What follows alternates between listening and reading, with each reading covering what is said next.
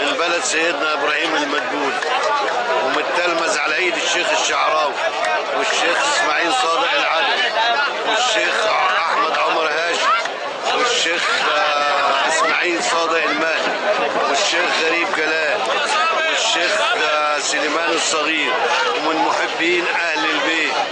ومش هيحكم مصر الا راجل بطاقيه وشنب وجلابيه، يا كده يا تشوفوا الويل من ولاد الحراميه. انا بقول لك، انا اول ما اعلنت ترشيح لرئاسه الجمهوريه اتهموني بالجنان واتدخلوا في اسرتي وعملوا مشاكل.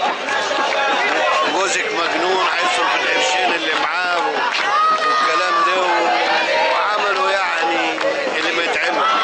لو انت ترشح للرئاسه دي ان اطال الله في العمر، ومش هترشح عشان نفسي، انا ما يلزمنيش حاجه الا من ان انا اخدم الشعب المصري واوحد الصف.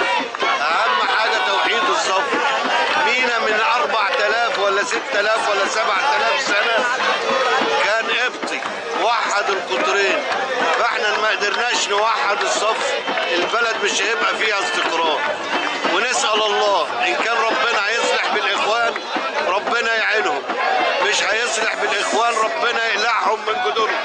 قعدت مع الحكومات السابقه كلهم، مع الناس اللي كانت في الماضي، وعارف الامر ماشي، الامور ماشيه ازاي، واعرف خير مصر فين. يعني سينا ديت مش عايزين حد يسحب البساط من تحت رجلين. الرمل بتاعها ينفع مرهم للعين، الامبول قد كده يبقى ب 15 دولار. الخير اللي في سينا يكفي الشعوب العربيه كلها، لان سينا ربنا سبحانه وتعالى تجلى عليها، فالارض جميع خيرات الارض جريت عشان تستقبل النور الالهي. فالخير اللي في سينا مش موجود في العالم ولا هيكون. بنطلب من الدكتور مرسي اهم حاجه وحده الصف. اذا قدر يوحد الصف هيكون زعيم للعالم كله، للعرب